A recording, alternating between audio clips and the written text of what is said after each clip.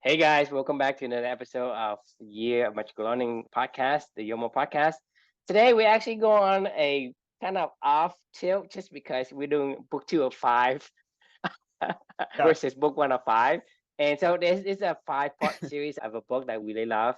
I think we did the first one before. we did. This is the second. So today we're talking about the Black Swan, and I guess this is your cue to tell us your reflection and what do you mean by All Umberto right. Eco's anti-library? So, just quick context why this is two of five and why it's popping up now. As we just talked about the last book that we did 2 books ago with The Purpose Driven Life, that was the last book on my original list of books that Amelia and I had read together from April of 2020 until we started this Year Magical Learning writing journey in September of 2021, right? So all the books that were read and consumed during that period of time, I had built a big list and I was just like crossing it off each day as I went through. And then any new books, I would write those reflections. Then I would go back to my list. And, every single time that I would finish a new book, I'd write it, then I'd go back to the list and then continue writing each day, Monday through Friday, until I exhausted all that stuff, right? I had always planned to do a 5-part reflection for my top 5 favorite reads that I had done over this entire journey. And those were The Black Swan, Thinking Fast and Slow, Happiness Hypothesis, Humankind, and Sapiens. So those books were always with the intention in mind of being one of those books that I did a top 5 favorite reflection for. My intention was always, once I finished all the books, then I would start to write my multiple part reflections on those other books. And that's what you're going to start to see coming forward from now. So I finished all the other books on the list, and now I was like, oh, well, now I got to go and finish my 5-part reflections, and so you'll see these mixed in now in between the new books that were being completed, I guess. Does that make sense? Yeah, so this installment is going to be sprinkled throughout the rest of the, Yep. you know, Yep. it's not going to be in So sequential order. part 3 will be in a couple weeks, and part 4 will be in another couple weeks, and part 5 will be in another couple weeks. So it's not going to be like 1, 2, 3, 4, 5. Oh, we're back to Black Swan. Oh, we're back to Thinking Fast and Slow. Important that the book it's about the reflections and It's about what lessons we that learned. we are trying Yeah. to instill in our lives. Right.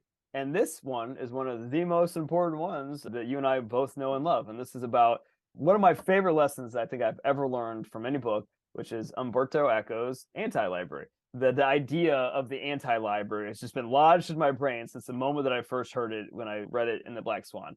And if you have no idea what the anti-library is, I'll read the passage for you of what it is. The writer, Umberto Eco, who we will do his famous book later on down the road called In the Name of the Rose, belongs to a small class of scholars who are encyclopedic, insightful, and non-dull. He is the owner of a large personal library containing over 30,000 books and separates visitors into 2 categories. Ones that react with, whoa, Signori, Professor Dottore Eco, what an amazing library you have. How many of these books have you read? And then the other people, a very small minority, who get the point that a private library is not about the ego-boosting appendage, but a research tool. Read books are far less valuable than unread books, meaning the library should contain as much of what you do not know as what you can possibly afford, basically. You will accumulate more knowledge and more books as you grow older, and the growing number of those unread books on the shelves will look at you. Indeed, the more you know, the larger the row of unread books. Let's call this collection of unread books the anti-library. This is all the unknown book. This is all the books you want to read and consume. This is all the learning you want to have in your life. That is the anti-library.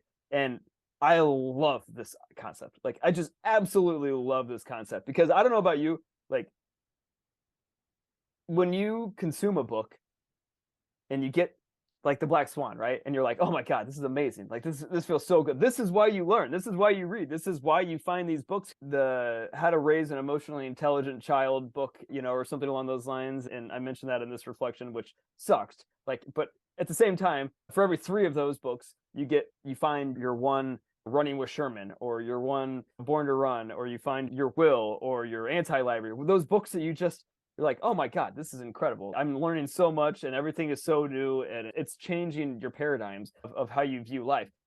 Now, what happens when you read these books, though, is they're done. Like, it's in your brain. Like, the anti-library, the other stuff you learn about from the Black Swan, the other stuff you learn about from Sapiens, this stuff just becomes a part of you. You can find ways to make it a part of what you do every single day, but nobody gives a shit about what you just learned. Let's be honest. If you walked into a party tomorrow and you start talking about Umberto Eco's anti-library, somebody's going to be like, I'm going to go talk to somebody else. This is about you and about what you learned. But really, what you really care about is finding that next Black Swan, finding that next, humankind, finding that next, like, a learning adventure that just, satisfies all of the dopamine inside of you and makes you want to keep learning and keep going and keep growing. So that is the value of the anti-library. That is the value of a true learner, I feel like, in this world, is somebody that's like, I don't care what I've learned. That's done. I don't give a shit. Like, like, who gives a shit? Like, it's all those other books that I want to read. And I pulled up actually to do this on this particular one. This is my wish list. So there's like 424 titles right now. And this is my anti-library. Luckily, we don't have to buy books these days. We can just keep them in here. But like, these are the books that I have sitting on the shelf that stare at me menacingly, that I'm like, oh man, I want to read this book about visual thinking, this book about, this is what it sounds like. It's about, what the music you say and loves, what the music you love says about you, and mind wandering and evolutionary ideas.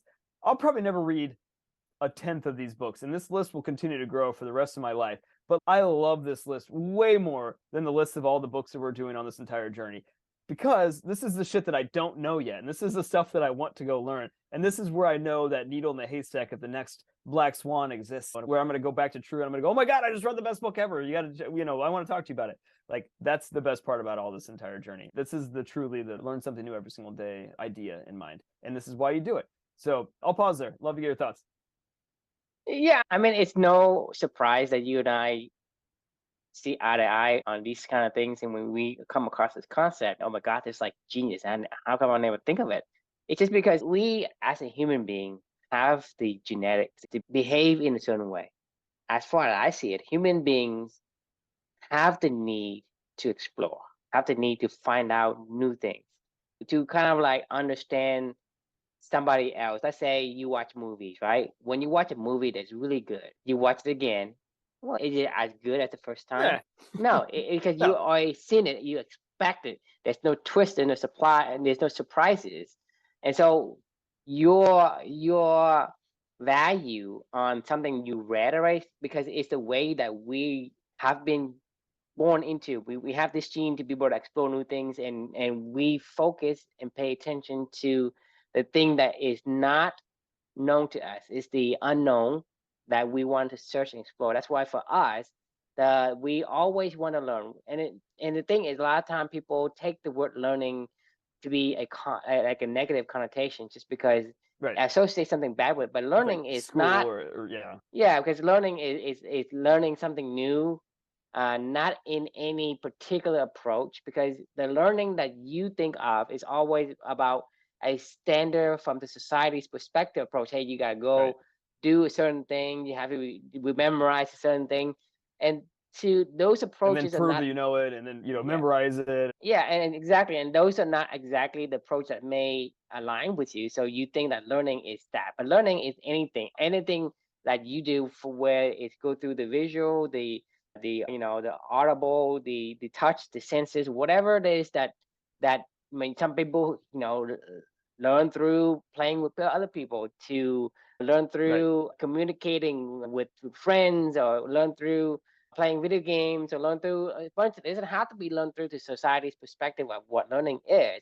That's what human beings are made to do. That's why we as a species want to have this meaningful relationship, and we want to do things that resonate with who we are. Just like I say, if I'm big and strong, then I like to play maybe football or some sport that requires some physical, that I can use my gifts to kind of utilize them, using the gifts, right? If I'm able to run fast, or I would to play tennis well, I have good hand-eye coordination or whatever, then I do something. You want to play. I want to play a new opponent. Like, I want to play somebody I've never tried against. I want to hit a new shot that I've never done, where I'm like, oh my God, like that is the best feeling ever, when you make this new shot that you're like, holy shit, I didn't know I could do that. Like, that's amazing. I mean, yeah, you want to hit it again and again and again, but it's that feeling of playing that new opponent and problem solving in that new match. And like, That's the fun of tennis. Like if you just made me go sit on a tennis court all day long and hit forehands, I'm like, I like it, but it's like, I've done this. Like, you know, what I haven't done is I haven't played this person in a match before. Like, let's go. Right, Like, let's right. figure I this mean, shit out. and Like, that's the thing is,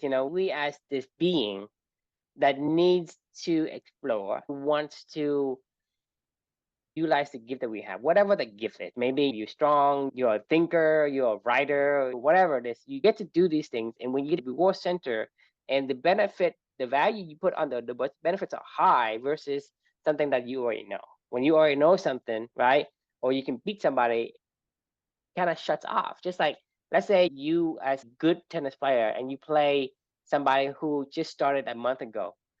To you, that game isn't enjoyable. no, It no, isn't hell no. enjoyable. Like, So I've played that game. It's on my shelf. It's been sitting there getting dusty since I was 5 years old. I don't want to revisit that shelf, that book. I don't care. I already know that shelf. I know that thing inside and out. I've played that game. I've done that stuff. I'm good. I'm ready to move on to the next level. right. So this is why the anti-library is so impactful Addictive. in a way that once you see it, you understand that, hey, the things that's going to give me the most reward, just because the things that's on here, that's the thing that I have yet to discover, Yeah. versus something I've watched before. Like you say, a bunch of books in your wish list, quote unquote, anti-library, right? This is where, hey, maybe there's something interesting here. Something here caught my eye. I want to learn more about that. Versus something you've seen before. If you don't lend to books, think of the movies, right? There's a bunch of movies you've seen before, Right. whether they're Star Wars or Titanic, whatever. How many times can you watch a movie, whether or not it's the best movie you've ever seen? How many times can you rewatch the movie over and over again and not getting sick by it, right? So you look at like Titanic, right? You can watch it 5, 6 times, but the first time it's really great. I mean, you have the It's an best incredible time, movie. amazing. The second time, not so much. My emotion, it's just not triggering. I mean, you've already I already know what's gonna happen with Jack and Rose. I get it, Like, but it's the cool. second time, the first time you probably cry your boss out for 2 days straight. The second Right. time, I don't feel it. The third time, it's like, I hate that guy. Diminishing return is kind of like falls to the floor. It does. I mean, it really does. The only thing that keeps me going with books like The Black Swan is, like, if you said, "Hey, Chris, go reread every book in this entire journey," I don't know that I would want to. There's only certain books that you want to reread a couple of times. Bit more, right? Well, Like, the reason why I read Thinking Fast and Slow twice, I read it twice, right? The reason for that is because the subject is so complex to understand the first go, right? That's why you need the second round to kind of, because the second round to me is almost like I discovered new concept, because I missed it the first time because I wasn't even have the capacity to take in the information. So I kind of read through the book the first time and I understand. And I say it again, I'm thinking fast. So it's a huge book, right? It's a lot of concept in there, right? And so you kind of read through it, but you're gonna miss like 90% of all the stuff you read in there because it's very technical, right? And with me being the ability to be like this nerd, I understand a lot of it, but not nearly as I say 10%. So that means reading through the second one, I'm probably gonna have a lot to learn because I can see, because we're talking about certain concept that you hear it for the first time. You don't really understand it until you let it marinate in your head. and then you go live over it and say, well, I'm close. I'm close to understanding it. Right. So let me read it again, see if I can get any piece of new nuggets of information that kind of give me full understanding, right? Like something about the line of, the evidence of no cancer or no evidence of cancer. Right. What's the difference? Right? So it's not really clear and direct in that concept. Like evidence of no cancer or no evidence of cancer. What's the difference? Evidence of no cancer. Evidence of no cancer or no evidence of cancer. This is in the book Black Swan, by the way. Well, I must have missed You missed it. Evidence of no cancer. I have evidence of no cancer. Well, if you have no evidence of a cancer, that doesn't mean that it doesn't exist. This is where evidence of no cancer. Exactly. This is exactly what it means. Is because when you say, this is where we're talking about the, what was it? That was in Black Swan. Like, I mean, to be fair, I'm not saying don't ever go read books. It's complex, right? You and I have to think about it because you think about, I'm confirming that, hey, it's a positive. I found evidence. There's no cancer. Look, I found no evidence of cancer. that doesn't mean you don't have cancer. As you didn't see it. A big difference. Right. That's true. So this is when Taleb is talking about probability, right? The fat tail and the long tail, the long tail, right? The fat head Fat and the head, long tail. right? Yeah, yeah. So you're talking about the difference because this is what people are trying to trick you and saying, hey, there's no evidence of cancer. You think that, hey, I have no cancer. But that's the thing. It's a trick because when you say there's no evidence of cancer, that does not mean there isn't cancer. It's just the way you word that. Right. When you say there is evidence of no cancer, it's completely different perspectives. Right? So even a tiny little blip of a concept that's in the entire fat book, right? For us to sit here and discuss about it, that is complex. That's why I'm giving an example of why it's complex. I mean, this book can be go back and look again and see what I want to understand more because there's so many things packed into a book that the Black Swan, Thinking Fast and Slow, the 7 Habits of Highly Effective People. These are like I think I did a 5-part reflection down the road for Anti-Fragile too. Yeah, Anti-Fragile is not something easily understood, right? No, even of Nassim Taleb's book, right? They're not easily understandable. So you have to, first of all, you have to read it carefully, which most of the time I do because I listen to every word. And second of all, you're gonna have to reread some of these because some of these concepts, even if I say it to you the first time, you say, "Hey, true," say it again, right? Because it's like, well. Yeah, you got to think. I mean, you got to think and then apply it to your life and figure out where those scenarios exist. And these books, some of these books deserve because it's still things to explore. So my point in that is because we are this being that needs to have the ability to explore, right? We are an explorer for whatever reason. We need to explore things. We need to have things that is changing, the things that is completely to be discovered. We need to discover things. We need to explore and discover. That's who we are. So when we are that kind of person, the entire library aligns perfectly with that paradigm just because it gets even better too, in my opinion, because books, and I shit you not, I wrote this in this reflection, I shit you not, I didn't even realize that there is not a way possible for a human being to consume all of the literature that's ever been written in this entire world. It is not possible. It's not possible. It's impossible to do like in the one that's lost. Right. I didn't even know this. As I keep going on this journey, I'm 300 plus books into this whole journey. I wrote Reflection 329. And the longer that you go into this stuff, you go, holy shit, I haven't even put a dent in anything that I want to actually know. Whoa. Like your mind just gets blown at that point in time. I mean, it's like first one book you took off the shelf and you read it and then you look up and then you see another fucking shelf behind it and you go pick another book and then you see that. So every book you read, there's like 100 book more that say, hey, there's 100 book that I haven't noticed before. Oh no, that's the anti-library. You look it up and you're like, oh no, yeah, but no, it's more to go. It's oh no, but oh yes at the same time. It's like I want to find my next Black Swan. But to go back to your point about like mining back through some of these books.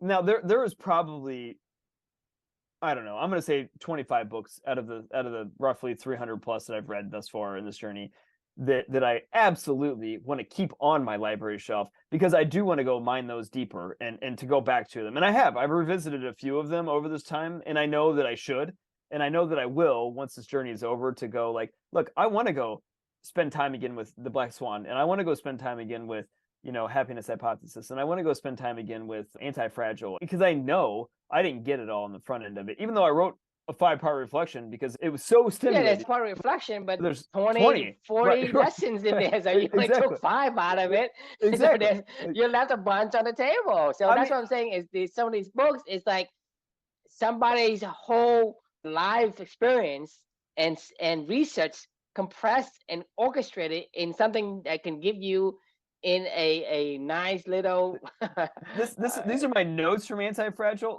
and I'll just show you my notes from like the random other, but look at all these notes, right? Like this is a lot of notes taken in a book. Here, what was the book I was just talking about of how to raise a emotional intelligent kid. Yeah, I don't even know if I took a note on this thing. I don't think I did. Give me another book, just random one that's from this journey that I didn't really love. Hang on. Did you read Let People Go Surfing? Let My People Go Surfing. All right, so we'll go to Let My People Go Surfing. Not a lot, right? Like not a lot of notes. I'm surprised that was This dude is nuts. a recent book that I didn't really love.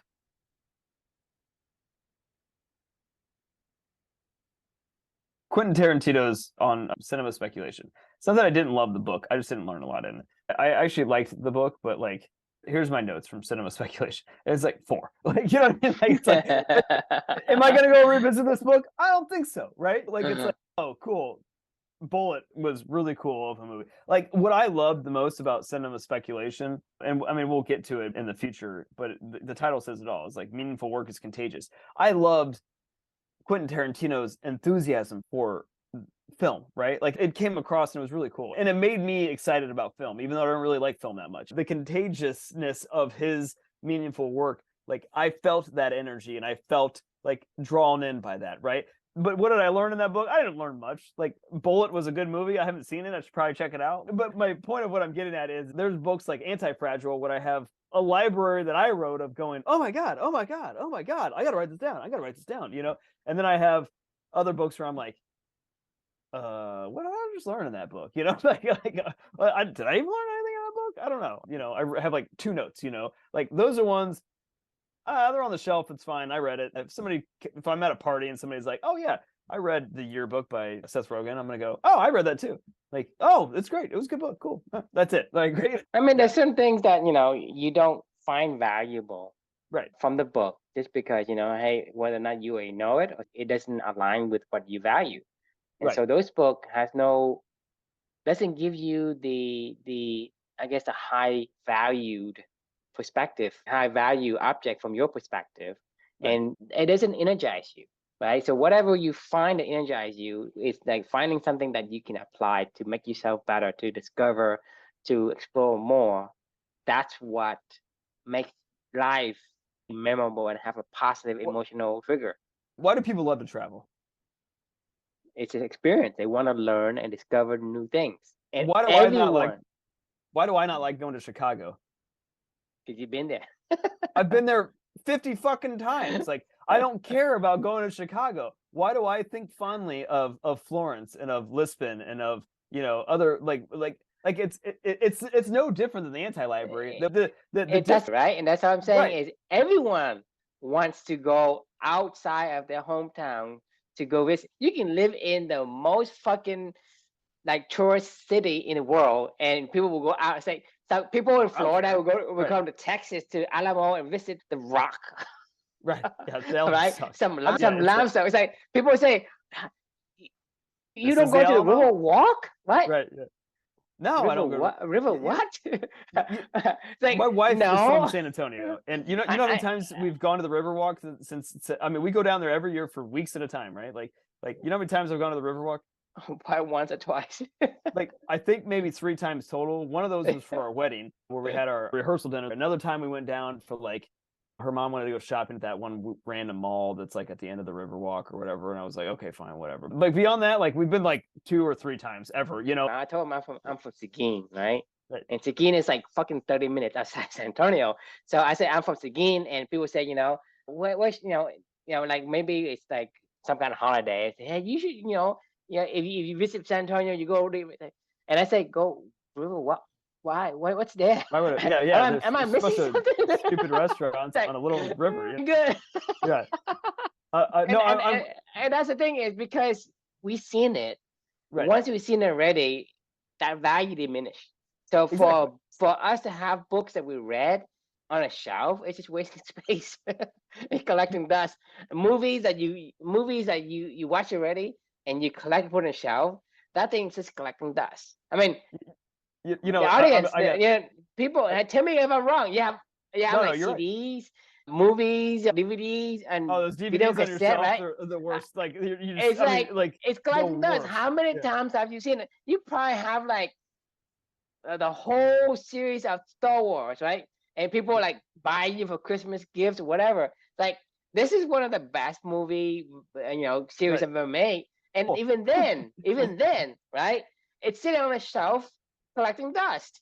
Tell me Right. if I'm wrong, right? Right. So this journey, I got a confession to make. This journey has been so important to my life, right? Like, you know, when I say this journey, I mean like what became what we're doing right now, but like, you know, this journey with Amelia and all that other stuff, right? As you know, a lot of these books that I've consumed on this journey have been audible books. Like I would say it's probably at this point in time that it's 90-10 at this point in time, you know, in terms of 90% audible and 10% traditional reading, I guess, you know, sitting down with like a hard book. See, I don't When read books if it doesn't have pictures in them. when I got to a certain point in this journey, I wanted to remember some of this stuff almost as like trophies with things that were impactful books that I can look at. Similar to, like you say, when you buy a DVD, like, oh, I love Titanic. I just want to see that I can look at Titanic and remember all that I loved about it. You know what I mean? But you can put it on your wall. So when I was redesigning my basement and I was putting custom built bookshelves down there, I was envisioning, I'm going to go buy all the ones that I did as an Audible book. I'm going to go buy all these books, like, you know, like 100 of these books. And I just want to fill my shelf with books that I've already read, you know, on there so I can look at them and know that time that Amelia and I had spent with each other. And I did for like 3 weeks, like every single day, like a Amazon shipment would come, and it was like I bought them all like at one time, and it was like a new book, you know, like 5 books would come a day or something like that. And you know, I'd put them down on the shelves that I'd built, and like now that I like look at them, it almost is like funny because I'm like I'm glad they're there, but like I have no desire to go buy all the rest of the books that have been on this journey that I've done as like an Audible book, you know, because like it's like what a waste, like what a waste of bookshelf space. Like I'm never gonna.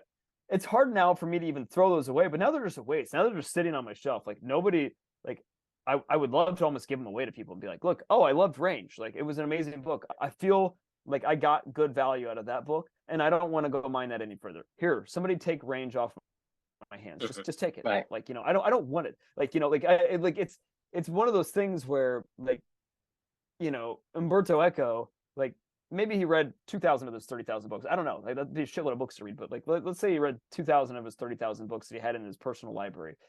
Like I don't even know why they're even still there. Like why doesn't he just, if he just reads it and like unless he doesn't absolutely love it and he wants to go mine it further, just give it away. Like like Right. So it the doesn't matter. anti-library, it's like your wish list, right?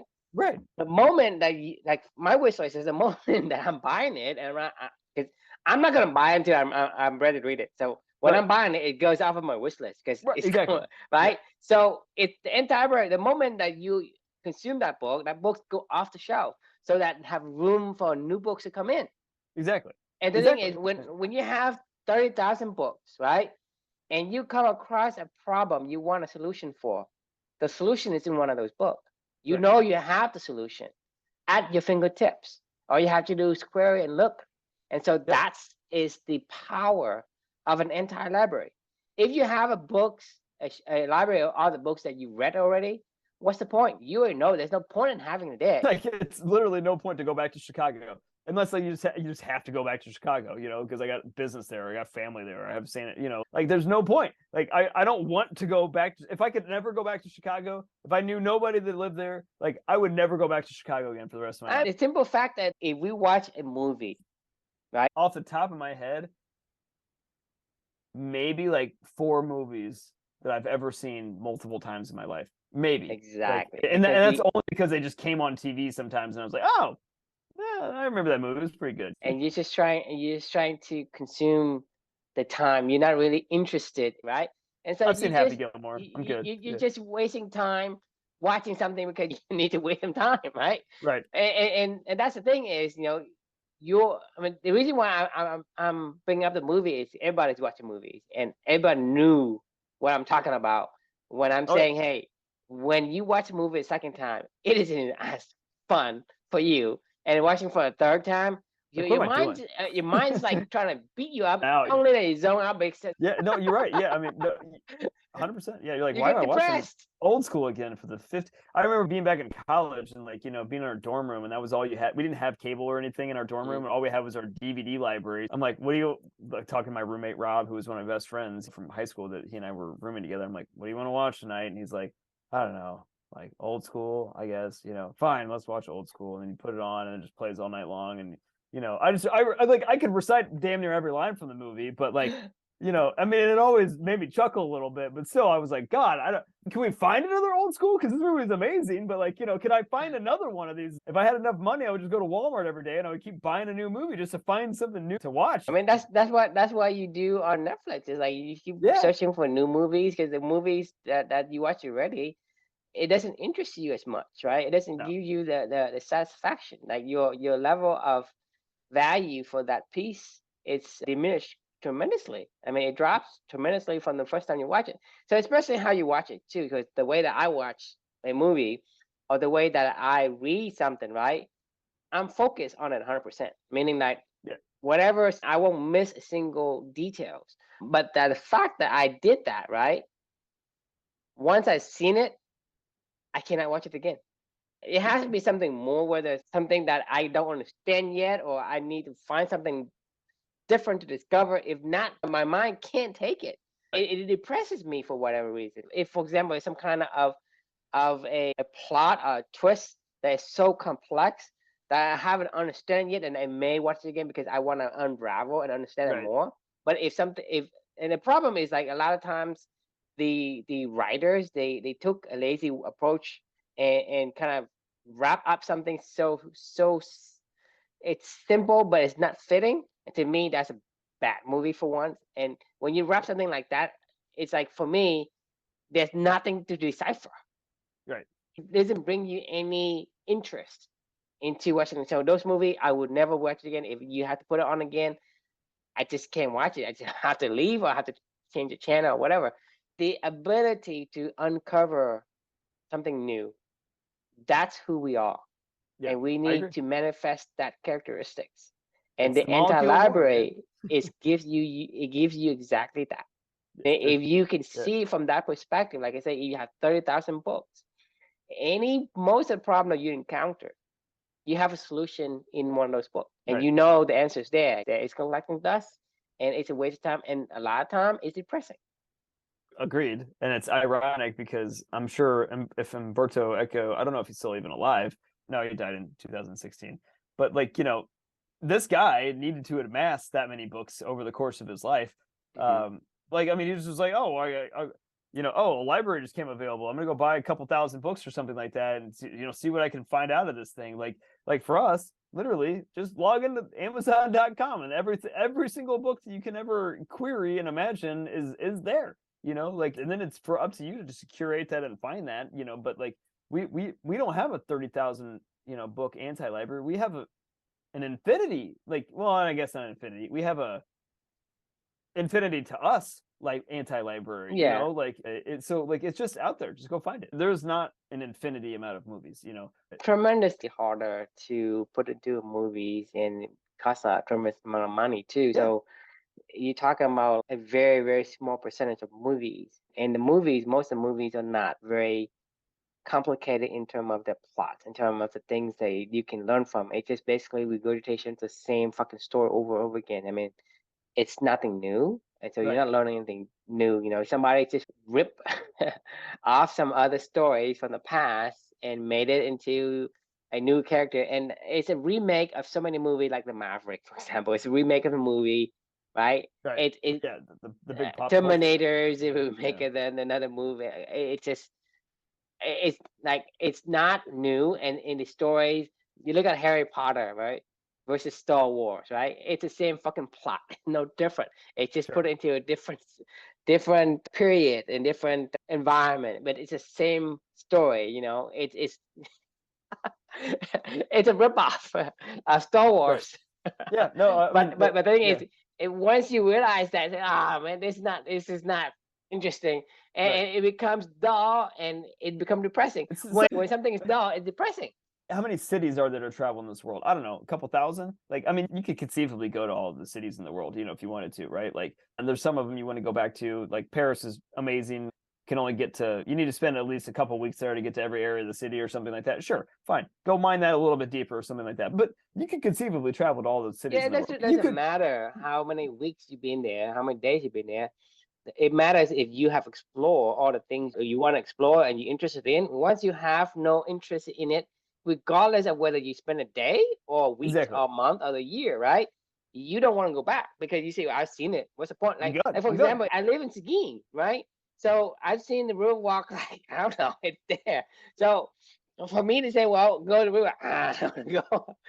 I mean, it's the last I'm place not I want to going go. there. Yeah. It's the Right. last place I want to go. You know what I mean? But that's the thing is because I've seen it, right? And you talking about Paris. Let's say Paris, and you go one day, and you, for whatever reason, be able to pick the best tour guy, show you the best spot in one day. I guarantee you, after that day, you want to go again. But if you go to Paris and you only spend one spot here, right?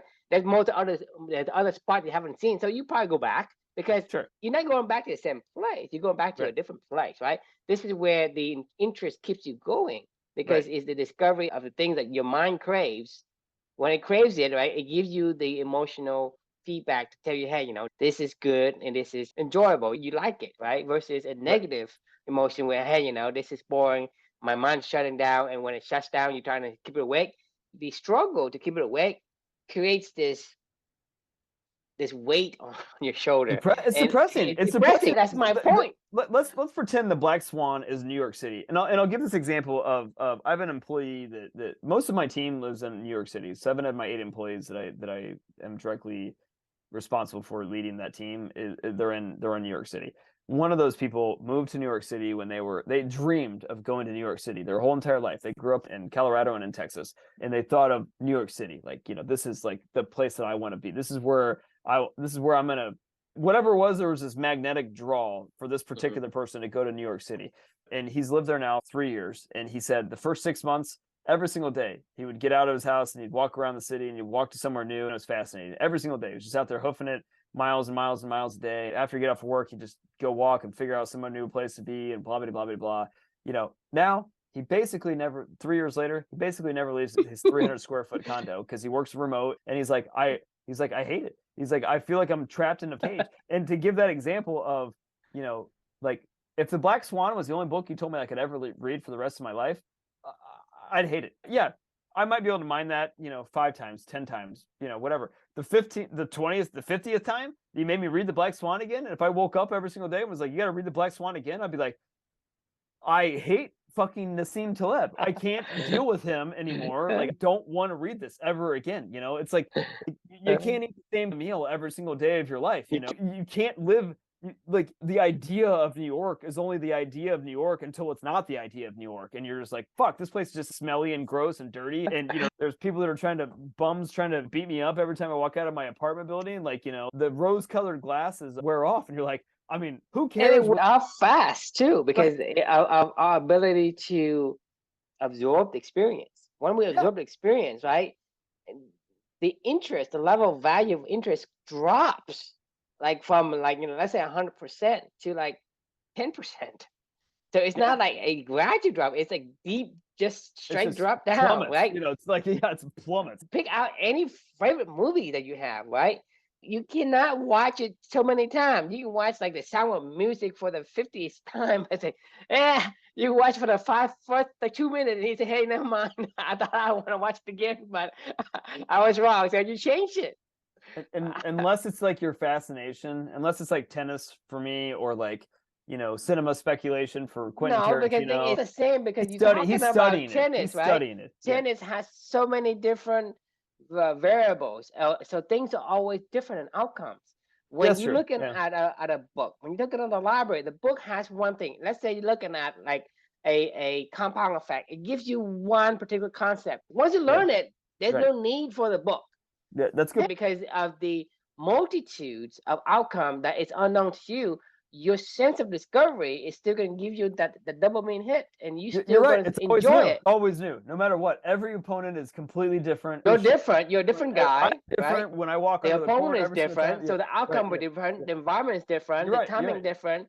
The way you feel is different. So all this combination just on the surface is going to change the outcome in a million times. You can do that a trillion times, and you have a slightly different outcome. So you're still going to have the dopamine hit to your discovery gene. So it's going to be enjoyable for you. It's not the same thing as taking one concept, and when you read a book, it's static. It doesn't change, right? So Golden Goose or the PCP or whatever in the 7 Habits of Highly Effective People, it doesn't change the second TPC time balance. right? You're talking about like the emotional bank account, right? It Right. doesn't change. It had diminishing value to you the You're right. second time and third time. It drops tremendously steeply on subsequent iterations. You're right. Like, I mean, 100% you're spot on right. This is about dopamine, really, is what it is. Like, this is about feeding your values with new things to explore, and you can always learn new shit from books. Like, there's always something new to learn. Is it gonna be the most mind-blowing? No, but some of them are gonna be, and you're gonna go, fuck, like, I just learned so much stuff from this book. It blew my mind. Like, and it's amazing. You look at like the book Seven Habits of Highly Effective People. I mean, Dr. Stephen Covey, he spent his entire life, and even the Yeah. things that's passed on to him, right? All of the ideas and experiences and all of the things that he've learned and lessons he collected over the years. So over his entire year, he's collected, and he probably collected from the other people that he stood on their shoulders to give you this orchestrated fashion of ideas to kind of stream into your head, right? Right? He is taking his whole life work in certain series of books. There's like 4 books, right? This guy is putting all this together for you, and the thing that he gives you is not obvious. The Black Swan is not obvious. Anti-fragile is not obvious. But these are something you can learn, and you're talking about the golden nuggets of things that you can say. To me, when you have 30,000 books in your entire library, you pick up a book. If it interests you, you continue and you read the things, and you're gonna have the value that to you is gonna be immeasurable. Right. And yes, there are books that doesn't align with you because you're not aligned with the values that the book is expressing. So you don't have to read it. You can just say, I kind of skimmed through this book, not interested. Right. This is why you and I talk about some of these books, and I pick up some of the books and say, hey, you like this book because I know you're this kind of person. This book is talking about this. So those books I would follow because I would put them in my entire library, and then I'll pick it up because it has an interest for me. Right. And to me, when I'm looking at my wish list, things that it's by looking at it, not even by reading it or buying it and listening to it, by looking at it, say, hey, it's give me a dopamine dose already. Just by saying, hey, when I have enough time or when I finish this one, I'm gonna read that one because I can't wait to see what Chris is talking about. Right. And when he said, this book says this and this was like, oh yeah, this is interesting to me. And so to me, having the knowledge of the people that have been gathering, not only did they gather the ideas, they orchestrated into a understandable Digestible, format, yeah. digestible, and then give to you 50 years instilled into your brain, in an hour, 2 hours, 5 hours, however long it takes you to read the book, a day, don't matter. 50 years into a day, 50 years into a month. I mean, you're looking at the long tail here. Dude, I mean, look at this journey. We're how many hours have you and I put into, it's not how many hours you and I put in together. How many hours that we have been able to absorb from the people who is taking their time. So taking the book Seven Habits of Highly Effective People. Yeah. How many years is that, right? Oh my God, that's like 50 years. Yeah. Taking the Taleb, that's another 50 years. That's 100 years, right? Yeah. Thinking fast and slow, right? Right. These two guys win a Nobel Prize for it. These two guys spend their whole career. That's like 40, 50 years. So that's 150 years from 3 books, right? So you're talking about of all the 300 times the number of years. We're talking I'm not talking about hours. This is years. Yeah. Right? No, and between me and you, right? I'm talking about so much years of knowledge have accumulated, and we're just basically just taking condensing it down. Just condense, absorb it in it, and then there's like hundreds of books in the wish list, right? That is continuing to come. That's like to think about it. This is one of the most amazing things, and this is what the Taleb is calling the long tail, right? Right. It's Wait a minute. There is a book called The Long Tail by Chris. But he also mentioned it. He also mentioned it in his book, Nassim. Yeah, I told you about The Long Tail. You got to read The Long Tail. And you're like, what's The Long Tail? Now you brought it up now twice in this conversation. And I'm like, wait a minute. You do know what The Long Tail is. Why are you telling me you got to read this book, man? What do you mean by long tail?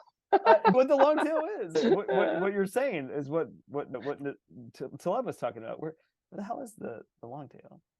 The long tail. Where are you at? You can search. There it is. Yeah, I have a 2-part reflection on the long tail coming up in the future. Yeah, but that's in the future. Well, We haven't I know, talked but about it yet. I sent you this book, and I was like, you got to read this book. It's called The Long Tail. It's really good.